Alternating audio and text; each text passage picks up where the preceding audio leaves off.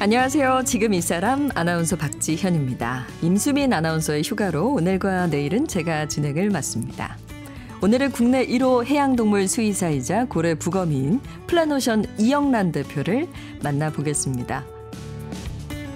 우리나라 바다에도 한때 약 35종의 고래류가 관찰될 만큼 고래가 굉장히 많았다고 하는데요. 하지만 그물에 걸리고 바다 환경이 나빠지면서 해마다 1000여 마리 이상의 고래들이 목숨을 잃는다고 합니다. 고래는 바다 최상위 포식자로 바다 생태계의 건강 상태를 말해주는 지표라고 하는데요. 고래 부검을 통해 죽은 고래가 우리에게 남긴 메시지를 찾아내고 고래가 살아야 우리가 산다고 말하는 이영란 대표를 지금 만나봅니다.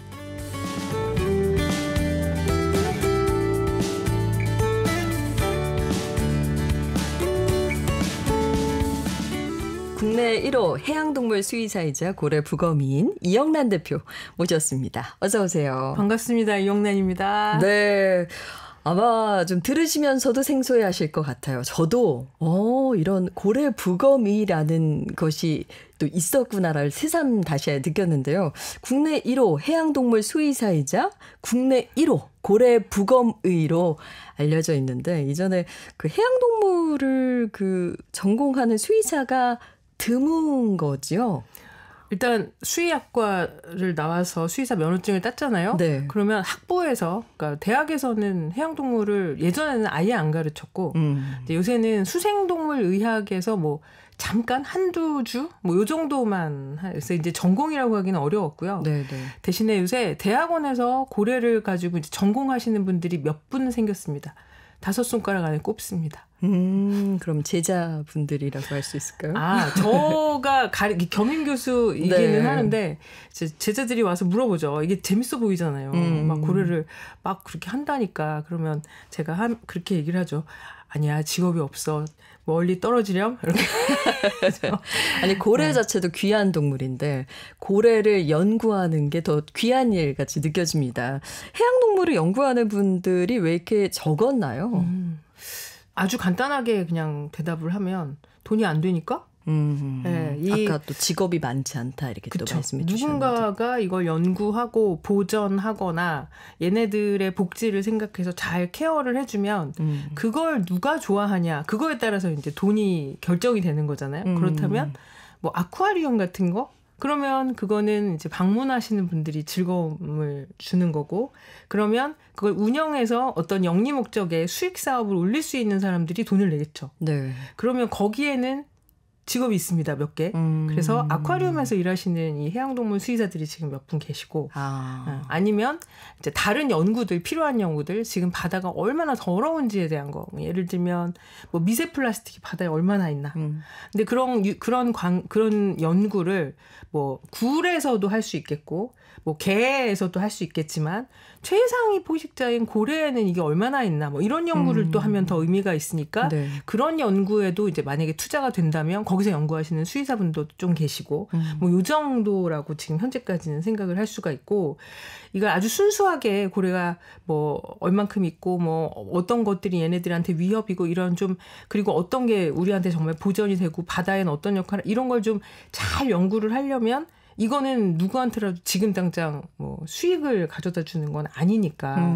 그럼 이 공익 목적에 뭔가 돈이 생기지 않는 한, 뭔가 이게 좀 적극적으로 막 확대되는 그런 사업이기가 좀 어렵죠. 그렇군요. 그러니까 예전보다는 해양동물에 대해서 공부하는 또 수의사분들이 많아져서 다행이긴 한데, 그러니까 일할 곳 자체도 좀 적고 투자나 또 연구를 해주는 그런 기관이 더 많아져야 이게 좀 더 선택하시는 분들이 많아지겠네요. 그렇습니다.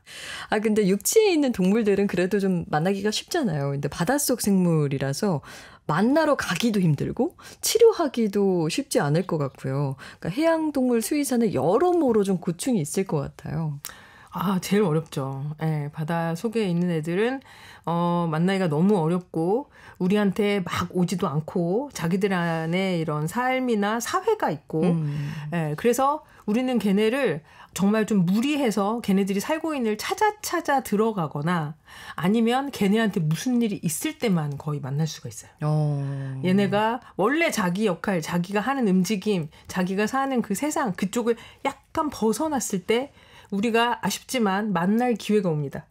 네, 뭐 그물에 걸려 어려움에 있다거나. 처할 때만. 네. 네. 근데 얘네가 만약에 질병에 걸렸다고 해도 육지에 있는 애들 같으면 토도 하고 설사도 하고 그 우리가 이렇게 볼 수 있잖아요. 네. 얘네는 다 그거 해도 없어집니다. 이게 예, 피가 났었고 어디가 찢어지고 아주 크게 막 어디가 잘리고 이러지 않으면 예, 그런 작은 증상들 같은 경우에는 우리가 놓칠 수밖에 없고 그래서 사실 바닷속에 있는 야생 해양 동물을 치료를 하는 개념은 굉장히 어려워요. 네, 걔네들이 뭔가 잘못됐을 때 우리가 갔는데 대부분 죽어 있는 경우도 많고 아니면 겨우 해서 걔를 바로 내보내줄 수도 있는 경우도 아주 간간히 있고 아니면 얘를 데리고 들어와서 치료를 하면 얘가 정말 다시 한번 삶을 살 수 있는 그런 세컨 찬스를 우리가 줄 수 있는 경우 그런 경우에는 물론 구조 치료도 할 수 있습니다만 이제 대부분 우리가 더 중요하게 생각하는 건 얘네가 왜 이렇게 됐나 뭐가 문제인가? 그러면 그걸 알아내서 다른 애들이 이렇게 되지 않게 해야 되는 거. 다소 늦었죠. 얘만 보면. 좀 미리 알아냈더라면 더 좋았겠지만 예. 얘 때문에 그래도 다른 애들이 이런 일이 반복되지 않게 하는 것. 거기에 우리는 좀 가장 큰 의미를 두고 있습니다. 네, 저도 언젠가 이제 여행을 갔을 때 고래를 보는 그런 여행을 해서 배를 타고 이제 고래를 따라다니는 그런 걸 했었는데 정말 등만 보다 돌아왔거든요. 등을 보고 고래 봤다.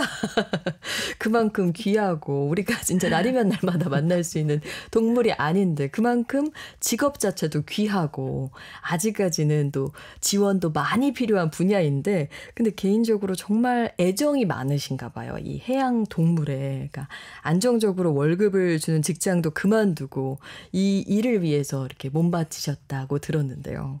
특별히 이렇게 애정이 있으신 이유가 있나요?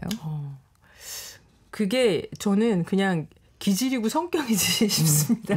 저한테 어떤 고래를 지켜야겠다는 어떤 사명감이 특출나다거나 막 그 무엇도 보이지 않고 얘네만 오로지 막 보인다거나 이런 게 아닌데 하면서 재미가 저를 행복하게 하는 그게 더 커. 이게 사는 거 아닌가? 그 일을 하면 굉장히 재밌습니다. 굉장히 재미가 있고 아주 작은 결과나마 내가 얘가 죽은 원인을 알아내고 이걸 좀 어떻게 개선해야 되지 않겠나요? 라고 얘기를 했을 때 누군가가 들어주고 함께 의견이 모이고 뭐 아주 조금이라도 정책에 반영이 되고 이런 것들이 조금씩 있으면 저는 그게 그렇게 재미가 있을 수가 없습니다. 네, 내가 엄청 보람된 일을 했고 내가 너무 자랑스럽고 이런 기분이 아니고요. 그렇게 재미가 있습니다. 대표님을 사로잡은 그 매력이 그러니까 해양동물 수의사로서의 그 매력이 더 궁금해지는데요. 그렇게 말씀하시니까. 이 어릴 때 이게 고래가 이제 뭐 어디서 우린 매체에서 보겠죠. 영화 뭐 이런. 근데 고래가 포유를 하는 거예요. 그렇죠. 거기서 제가 많이 반했고요. 맞아요. 네. 아이들도 그 부분에 상당히 놀라잖아요. 막 젖 먹고 이러니까요. 이거 너무 재밌는데? 이러고 걔네들이 이제 막 눈을 이렇게 하고 막 서로 소통하고 얘기하고 말하고 노래하고 최근 들어서 연구자들이 여러 가지 연구를 많이 하니까요. 그 혹등고래 같은 경우에는 수컷이 암컷을 유혹할 때 노래를 하는데 그거를 이때는 여기서 막 노래를 했는데 그 다음 계절에 가면 저 다른 지역에서 그 노래를 그대로 한다는 거예요. 그러니까 자기들끼리 그 노래 같은 걸 배우기도 하고요. 그리고 뭐 벨루가 같은 경우에는 한 마리한테 모두가 같은 소리를 낸다는 거예요. 그래서 그게 이름인 것 같다는 또 그런 연구도 있고 그다음에 뭐 향고래 같은 경우에는 코다라는 특이한 소리를 내거든요. 칵칵칵 이런 소리를 내는데 그 소리에 칵칵칵 이게 알파벳이라고 해요. D, C 이걸 묶으면 또 단어가 된다고 하거든요. 그러니까 그런 막 지능이 높은 그런 애들이 물속에서 저렇게 산다는 게 저를 되게 사로잡은 것 같습니다. 국내 최초의 고래 부검의기시기도 하잖아요. 그러니까 고래 부검을 하는 이유는 말씀하신 대로 모두를 위해서다. 사실 우리 환경의 상태를 저희가 짐작할 수 있기 때문인 거죠. 네, 그게 하나 있고 일단 첫 번째는 얘네가 누군지를 아직 우리가 그렇게 잘 알지 못해요. 네, 우리나라에서 여태까지 기록된 뭐 35종의 그런 고래들이 한 종이 다 똑같은 게 아니잖아요. 사람도 다 각 국가별로 다른 특징이 있고 뭐 질병도 다르게 걸린다 그러고 뭐 여러 가지 뭐 이런 거 다 다른데 그럼 얘네도 한 종에 따라서 아종이 있고 그 아종 안에서도 어느 지역에 사는 파퓰레이션이 따로 있고 그 개체군들끼리는 서로 교류를 안 해요. 그러니까 예를 들면 우리나라 제주도 남방 큰돌고래가 있는데 얘네는 일본에 있는 굉장히 이웃하잖아요. 뭐 후쿠오카 이런 데 있는 그 남방 큰돌고래랑 교미랑 이런 게 교류가 없습니다. 그래서 이제 얘네들이 누구누구가 어떤 형태로 모여 살고 어떤 구성을 이루고 이런 것들이 아직 연구가 그렇게 많이 안 돼 있거든요. 그러면 이제 얘네들이 죽어오면 그러면 그걸 또 알 수 있잖아요. 얘가 몇 살이고 정확하게 그 DNA를 분석했더니 어느 쪽에 더 가깝고 뭐 이런 걸 이제 개체 정보를 알 수 있고 두 번째가 아까 그 바다의 정보를 이제 알 수가 있는 거죠. 지금 대체 무슨 난리가 일어나고 있는지 쓰레기가 얼마나 대체 많은 건지 해양으로 사실 그 육지에 있는 모든 오염물질들이 싹 쓸려가잖아요. 비가 오면 아주 깔끔하게 육지를 청소해 줍니다. 그래서 지금은 규제가 이미 됐기 때문에 사용하지 않는 그런 예전에 썼던 농약들 이런 것들이 아직도 고래에서 발견이 돼요. 그래서 이걸 우리는 잔류성 유기오염물질 팝스라고 하고 이게 이 팝스라는 것들이 이런 포유류들은 최상위 포식자들한테는 죽을 때까지 갖고 가는 거구나. 이런 걸 이제 얘네들을 통해서 알 수 있었던 거죠. 그러니까 우리나라 인근 해역에도 고래가 많이 발견될 때가 있었고 그리고 개체수도 많았다라고 말씀해 주셨는데 근데 지금은 점점 줄어서 어느 정도까지 준 것으로 보고 계신가요? 사실 저희 같은 이런 개인 민간 연구자들만 돈이 별로 없는 게 아니고 국가연구소 하나 있는데 거기도 그렇게 예산이 엄청 충분하진 않고 이제 고래 연구소거든요. 근데 거기가 그 국립기관에 속해 있는데 거기는 사실 이제 수산진흥 쪽에 좀 더 가까운 기관이어서 그러니까 예를 들면 우리나라에 어떤 고래가 살고 있는지를 조사를 엄청 많이 해야 옛날에는 몇 마리였는데 우린 지금은 몇 마리고 이런 게 이제 결과가 많이 나올 텐데 그렇게 정확하게 나오지는 않았어요. 예. 근데 한참 폭염이 있은 다음에 개체수가 많이 줄었던 것 같고 그리고 어떤 애들은 그 그물에 많이 걸려가지고 이제 많이 줄어든 것 같고 뭐 이거에 대한 이런 조치 저런 조치를 취하고 나서 요새는 폭염도 없어지고 이러면서 어떤 종류는 조금 늘어난 것 같기도 하다. 이런 정도의 추정. 근데 그게 기후변화 때문에 먹이 생태계가 바뀌어서 얘네들의 뭐 이런 서식하는 그런 데가 조금 바뀌어서 그런 건지 이런 것까지는 아직도 정확하게 밝혀지지가 않습니다. 얘네가 좀 연구하기가 어려운 것 같습니다. 그렇네요. 일단은 심해에 살기도 하고 또 덩치들이 또 크고 우리가 보이는 데서 움직이는 것이 아니다 보니까 여러 가지 애로사항이 있으실 것 같은데 하지만 저희가 가장 자주 접하는 뉴스 중에 하나가 해변에서 고래가 뭐 죽은 채로 발견이 되었는데 부검을 해보니 뭐 쓰레기가 한가득이었다. 뭐 이런 뉴스들은 좀 자주 접하잖아요. 실제로 그런가요? 이제 죽어서 아니면 뭐 아직도 살아있는 채일 수도 있는데 어쨌든 떠밀려 오는 걸 우리는 좌초됐다고 하는데 네. 이제 좌초가 되면 부검을 하잖아요. 원래 하잖아요. 근데 부검을 좌초된 애들을 부검했더니 안에 쓰레기가 이만큼이 나왔다라고 하는 게 많은 경우가 해외 기사인 경우가 많아요. 일단 우리나라는 좌초된 그 고래류의 부검이 아직 그렇게 엄청 많이 잘 이루어지고 있지 못합니다. 네, 여러 가지 시스템적인 문제로다가 네. 그래서 아직은 또 우리가 식용 문화가 있기 때문에 이 고래를 처음으로 대하는 해양 경찰들이 수산 자원으로서 먼저 이렇게 관리를 하게 체계가 좀 그런 식으로 돼 있고 네. 연구하고자 하는 누구나 자유롭게 얘네들을 가서 부검을 할 수 있는 인력, 예산도 없지만 부검할 수 있는 장소도 별로 없어서 많은 수를 부검하지는 못해요. 1년에 뭐 기껏 해봐야 뭐 50마리? 우리나라 전체에서 죽는 애들은 그거보다 훨씬 더 많은 걸로 추정이 되는데 그러면 이제 뭐 아주 가끔씩 얘네들의 진짜 사인이 나오죠. 원래는 또 호내기라는 게 얘네들이 가장 많이 죽는 원인으로 현재까지 알려 있거든요. 그물에 걸려 죽는 거. 네. 그러니까 물고기 잡으려고 쳐놓은 그물에 얘네가 들어가서 숨 모셔서 죽는 거를 이제 호넥에서 죽었는데, 근데 이제 호넥이 되면 그 수가 잘 파악이 안 돼요. 그 호넥된 애를 정확하게 파악을 하는 그 시스템이 굉장히 어려워요. 그러다 보니까 그 어민들이 그냥 그거를 뭐 바다에다 그냥 버려버리는 경우나 이런 게 많아가지고 그게 바다에 동동동 떠다니다가 이제 밀려오게 되면 너무 많이 부패를 해서 우리가 걔가 무슨 일이 있었는지에 대한 걸 확인하기가 좀 어려운 경우도 많이 있고요. 그리고 바로바로 부검할 수 있는 시스템이 안 돼 있다 보니까 냉동실에다 얼려놨다가 부검하는 경우가 왕왕 있는데 그러면 정확하게 균들을 파악하기가 어려워요. 냉동했다가 해동을 하면 이 세포가 다 깨지기 때문에 그렇죠. 균이나 이런 게 정확하게 분리가 안 되고 그래서 이 부검 연구를 많이 하지는 않는데요. 저희가 이제 대중 인식을 좀 증진하려고 저희가 프로젝트를 하나 이번에 출범을 하면서 모금을 처음으로 한번 시작을 해봤어요. 이런데 좀 많은 분들이 관심을 좀 가지면 좋지 않을까 싶어가지고 이름도 고래야 금방 갈게 그래가지고 고래야 기억 금방 기억, 갈게 기억 해가지고 프로젝트, 기억. 네, 프로젝트 그거를 저희가 론칭을 이제 하고 지금 막 모금도 하고, 근데 이게 뭐 꼭 돈을 얼마큼 모금이 되는 것도 당연히 중요하지만 그것보다 이제 많은 분들이 알고 이런 거에 지지를 보내주고 응원을 하고 이게 해야 된다는 필요성을 말씀을 해주시면 솔직히 정책이 바뀔 수밖에 없어요. 맞아요. 우리 세금으로 하는 거니까. 그렇죠. 많은 분의 관심이 절실하게 필요합니다. 네.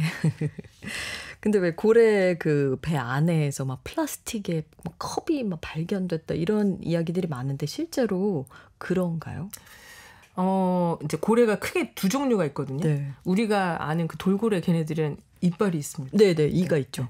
근데 우리가 그 아는 큰 고래들, 아까 그 등만 보셨던 물 뿜는 거 같았던 네. 그 숨 쉬는 건데요. 걔네는 이빨이 없고 그리고 이렇게 물고기를 먹지 않아요. 플랑크톤을 먹어요. 맞아요. 아주 쬐끄만한. 그래서 물이랑 같이 플랑크톤을 입 안에 가득 넣고 입을 닫으면 물만 내보내고 여기 수염판이라고 하는 이빨 대신에 있는 이 판에 크릴 같은 플랑크톤이 이렇게 걸리면 그걸 먹는 거거든요. 그러니까 아주 쉽게 비유를 들면 우리가 밥 먹을 때 젓가락으로 하나씩 이렇게 먹는 게 이빨고래 이빨 가진 애들이고 이 수염고래는 이거 하나씩 언제 이걸 먹어요. 그러니까 이만한 국사발을 그냥 막 들이킨다고 생각해서 국물 막 빼고 건더기만 먹는? 그러다 보니까 이 수염고래들은 쓰레기가 자주 나와요.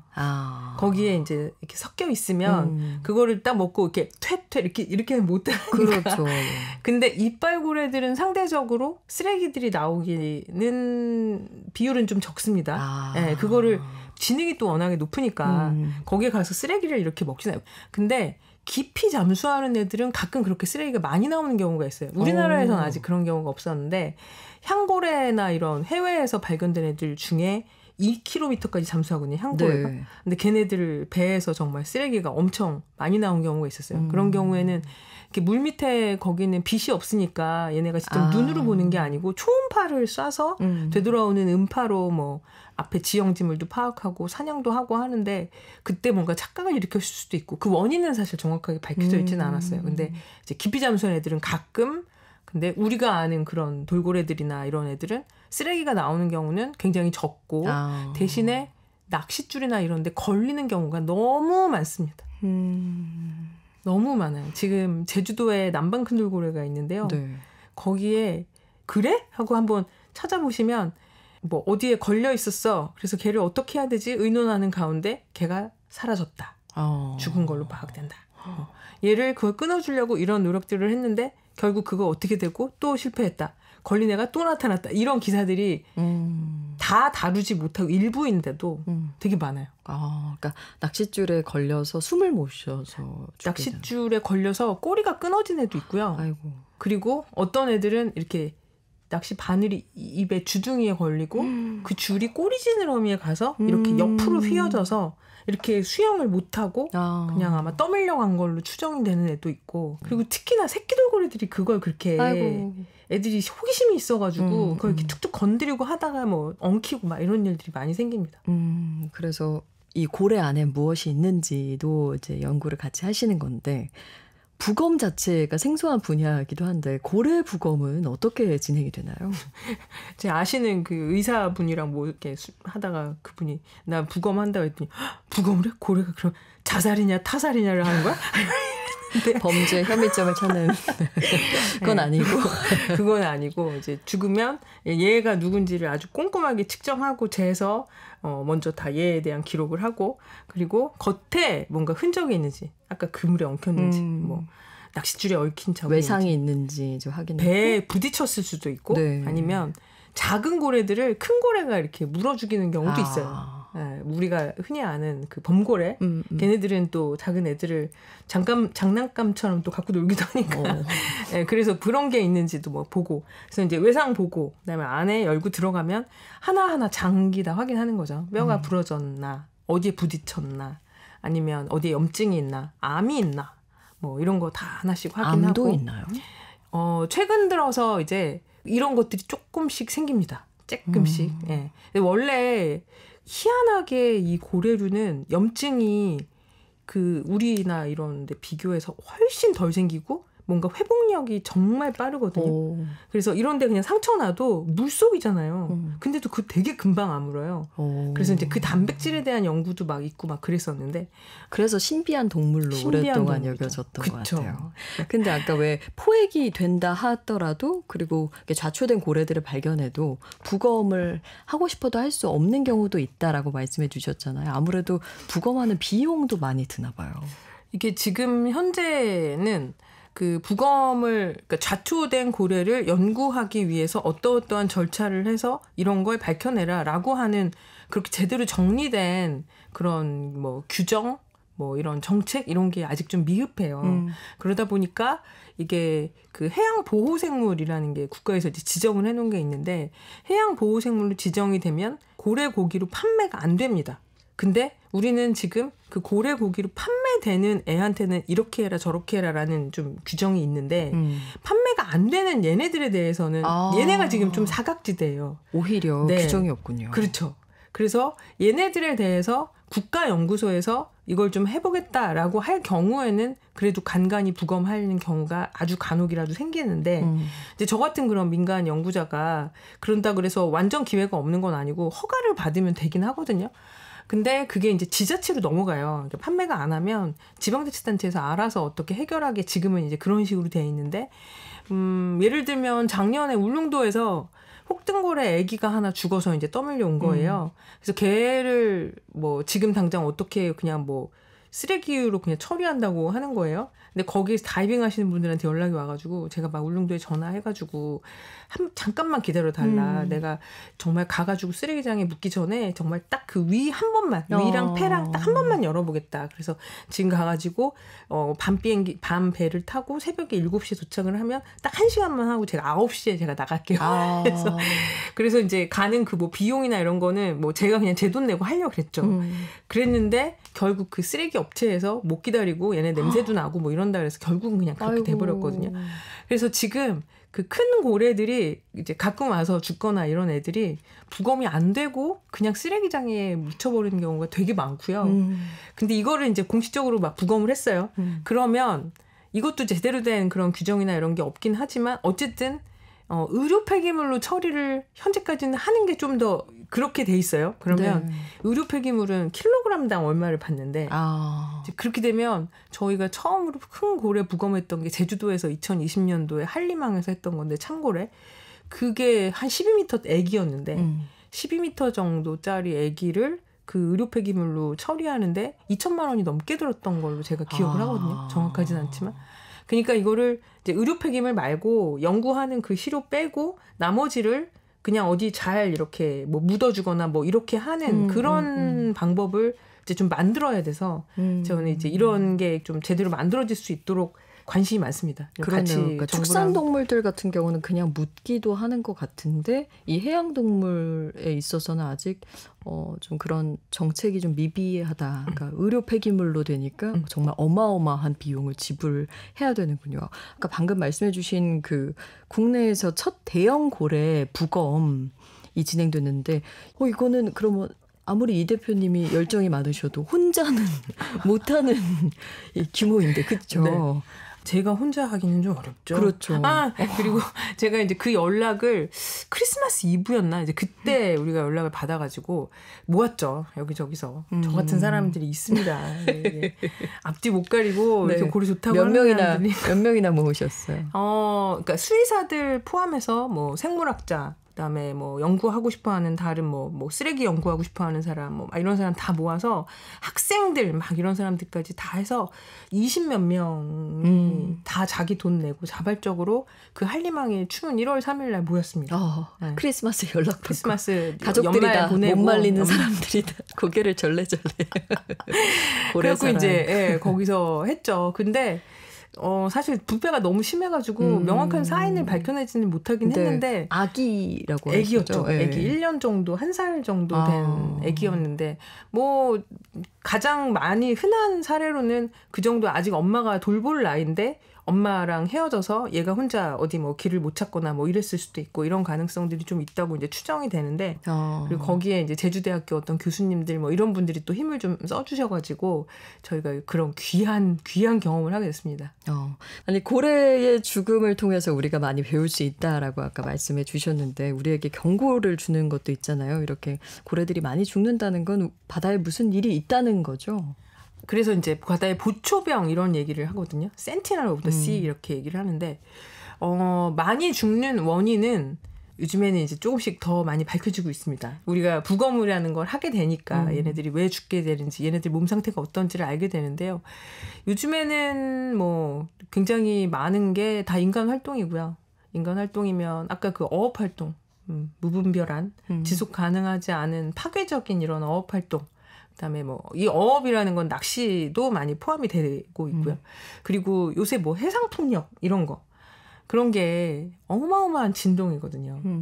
그래서 원래는 육상에서 가까운 데가 물고기들이 많고 뭐 생명체가 많아요. 왜냐하면 영양염류들이 육지에서 막 다 내려오니까 그걸 먹으려고 하는 작은 생물, 그걸 또 먹으려고 하는 좀 더 큰 생물, 그걸 먹으려고 하는 고래들, 돌고래들 이런 애들이 이렇게 여기 살기 마련인데 거기에다가 해상폭력 탁 해놓으면 이 생태계 전반이 다 균형을 잃게 되는 그런 그다음에 뭐 오염물질 이런 거 산업 오염 뭐 산업 폐수 뭐 이런 거 오폐수 엄청 또 밭, 논 이런 데서 농약도 많이 쓰고요. 그렇죠.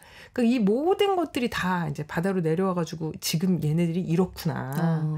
지금 바다가 이렇구나. 그리고 얘네가 최근에는 기후변화 때문에 미국 쪽에 살고 있는 그 고래들이 굶어 죽는 일들이 지금 생기고 있거든요.